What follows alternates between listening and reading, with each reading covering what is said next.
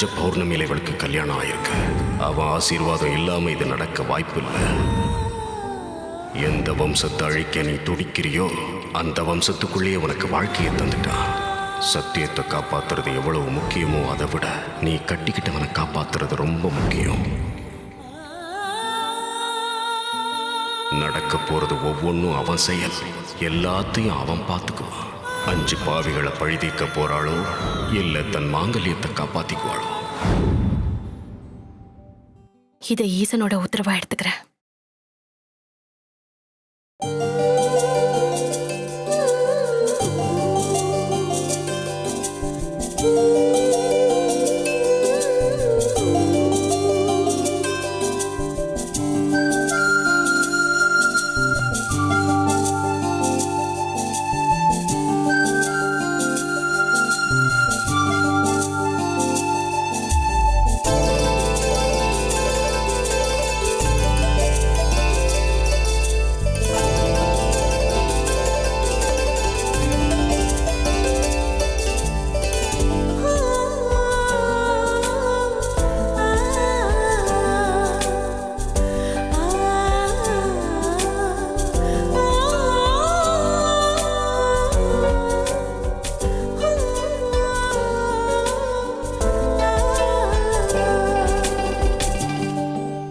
என்ன தொடாதீங்க, எனக்கு பிடிக்காதுன்னு சொன்ன.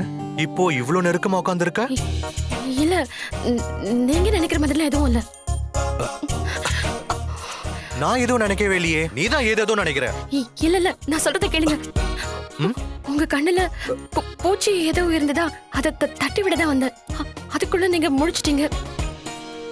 நீங்க பாக்குறத பார்த்தா நான் என்னவோ வேணும்னே உங்க பக்கத்துல வந்த மாதிரியே இருக்கு. பொய்யெல்லாம் சொல்லல, நான் உண்மைதான் சொல்றேன். நீ பார்த்த பூச்சி என் கண்ணை குத்திருச்சே.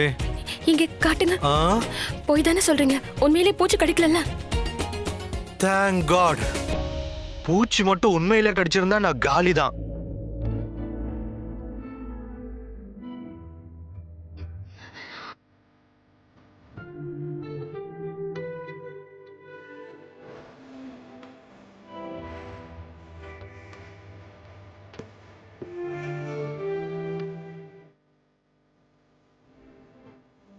வேணும்னு தானே இந்த மாதிரி எல்லாம் பண்ற.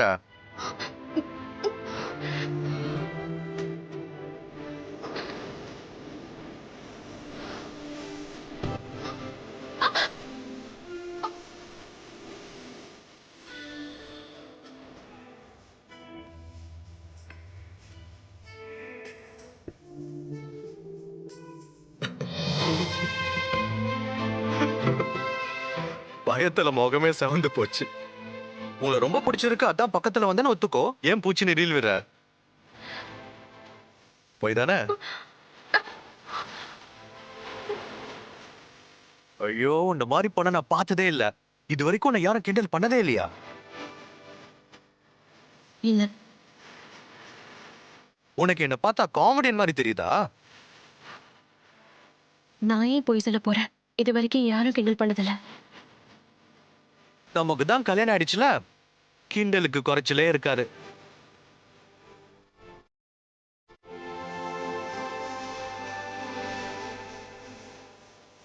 அடுக்க இடம் கொடுத்தா நல்லா இருக்கும்.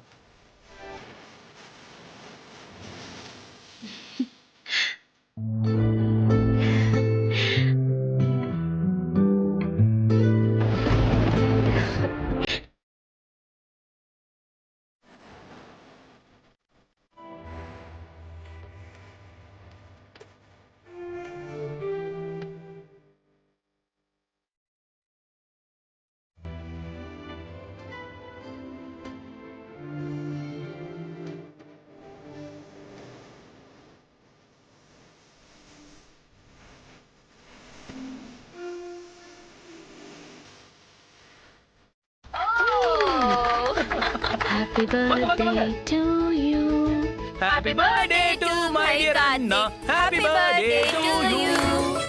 சாருக்கு இன்னைக்கு பிறந்த நாள்னு நீங்க சொன்னீங்க. அதான். கல்யாணம் ஆனதுக்கு அப்புறம் எதுக்கு இந்த சார் முறலாம்? அண்ணன் கூப்பிட்டு சொன்னா என்ன? Of course not. இத பாரு சிவன்யா, இந்த வீட்டு ஆட்களை நீ பழைய மாதிரி நினைக்க கூடாது. நீயும் இந்த வீட்டுல ஒருத்தி ஆயிட்ட. கார்த்திகோட உனக்கு கல்யாணமும் ஆயிடுச்சு. சாரன்லாம் ஒண்ணு கூப்பிட தேவையில்ல, அதுக்குன்னு மரியாதை எல்லாமையும் கூப்பிடுறத.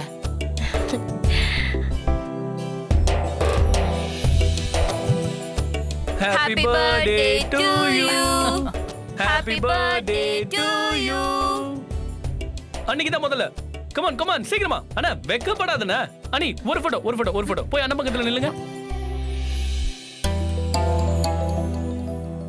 கொஞ்சம் கிட்ட வாங்க. யா, பெர்ஃபெக்ட். ஏன் கண்ணே பட்டுரும் போல. நான் எதுக்கு வந்தேன்? இங்க என்ன பண்ணிட்டு இருக்கேன்? இல்ல, மனைவிங்கிற ஸ்தானத்தை அந்த ஆண்டவன் தந்தாலும் பழி வாங்குறது தான் என் முத கடமையா இருக்கும். என் லட்சியத்துக்கு குறுக்க எந்த சக்தி வந்தாலும் சரி, பழி வாங்கியே தீருவேன். அவங்கள பழி வாங்காம ஓய மாட்டேன். என்ன ஓய மாட்டேங்கிற? அது ஒன்றும் இல்லை. கொஞ்ச நாளாவே ஓய்வு எடுக்காம வேலை செஞ்சுட்டு இருக்கேன்ல, அதான் ஓய்வு எடுக்கிறத பத்தி. ஓ அதுவா? இது வரைக்கும் நீ செஞ்ச வேலையெல்லாம் போதும். இனிமே நீ இந்த வீட்டோட மகாராணி.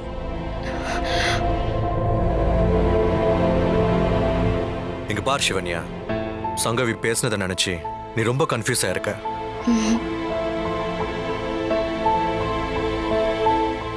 அவ பேச்செல்லாம் ஒரு பேச்சாவே எடுத்துக்காத. அதனாலதான் நான் மூஞ்சிக்கு நேராவே சொல்லிட்டேன். என்னதான் சூழ்நிலையில கல்யாணம் நடந்திருந்தாலும் என்னால உன்னை விட்டு கொடுக்கவே முடியாது. இது இன்னைக்கு நேத்துக்கு இல்ல. அண்ணன் உன்கிட்ட தப்பா நடந்துக்க முயற்சி பண்ணும்போது கூட அதனாலதான் எனக்கு கோவம் வந்தது. இதே ஃபீலிங் உனக்குள்ள இருக்கா இல்லையான்னு கூட எனக்கு தெரியாது. ஒருவேளை இன்னைக்கு இல்லைனாலும் என்னைக்காவது ஒரு நாள் உனக்குள்ள அது வரும். ஏன்னா நம்ம வாழ்க்கையே நம்பிக்கையை ஆதாரமா வச்சுதான் இருக்கு. ஒருத்தர் நம்புறதுலதான் வாழ்க்கை ருசிக்கும். உங்களை பொறுத்த வரைக்கும் வேணும்னா சரியா இருக்கலாம். ஆனா வாழ்க்கையில நான் கத்துக்கிட்ட பாடம் என்னன்னா, எப்பவும் யாரையும் நம்பி ஏமாறக்கூடாதுங்கிறது தான். உன்னை யாரோ கன்ஃபியூஸ் பண்ணிருக்காங்க. மனுஷங்களே ஒருத்தருக்கு ஒருத்தர் நம்பலனா வேற யார் தான் நம்புவாங்க? நம்பிக்கை வைக்காத உறவே கிடையாது. முழுசா ஒருத்தர் பேர்ல நம்பிக்கை வைக்கணும். ஆனா அதே சமயத்துல நம்ம விழிப்போட இருக்கணும். நான் யாரை நம்புறனோ இல்லையோ உன்னை நம்புவேன். உனக்கு என் மேல நம்பிக்கை இருக்கோ இல்லையோ, ஆனா எனக்கு இருக்கு. அது முழு நம்பிக்கை இருக்கு.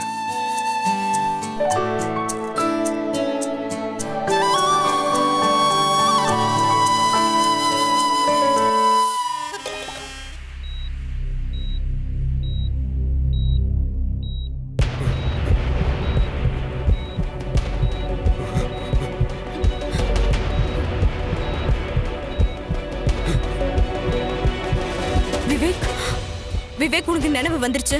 இரு, நான் போய் டாக்டர் கூட்டிட்டு வரேன். டாக்டர், என்னாச்சு? ஒரு நாகம். நான் போய் டாக்டர் கூட்டிட்டு வரேன்.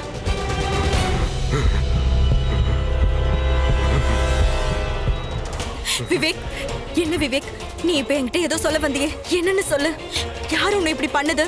சொல்லு விவேக், இந்த நிலைமைக்கு காரணம் யாரு? சந்தியா,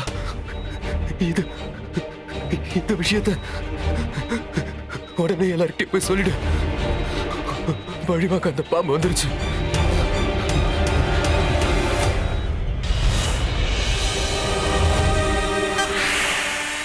டாக்டர், என்னோட ஹஸ்பண்டுக்கு நினைவு திரும்பிடுச்சு. அவர் என்னென்னமோ பேசுறாரு, எனக்கு எதுவுமே புரியல. என்னாச்சு? நீங்க தான் வந்து பார்க்கணும். வாங்க டாக்டர். சந்தியா, நீ எங்க நிக்கிற? டாக்டர் விவேக் எப்படி இருக்கா? அவருக்கு நினைவு திரும்பிடுச்சு. ஆனா என்னென்னமோ அப்புறம் ஏன் வெயிட் பேசிட்டு பண்றீங்க?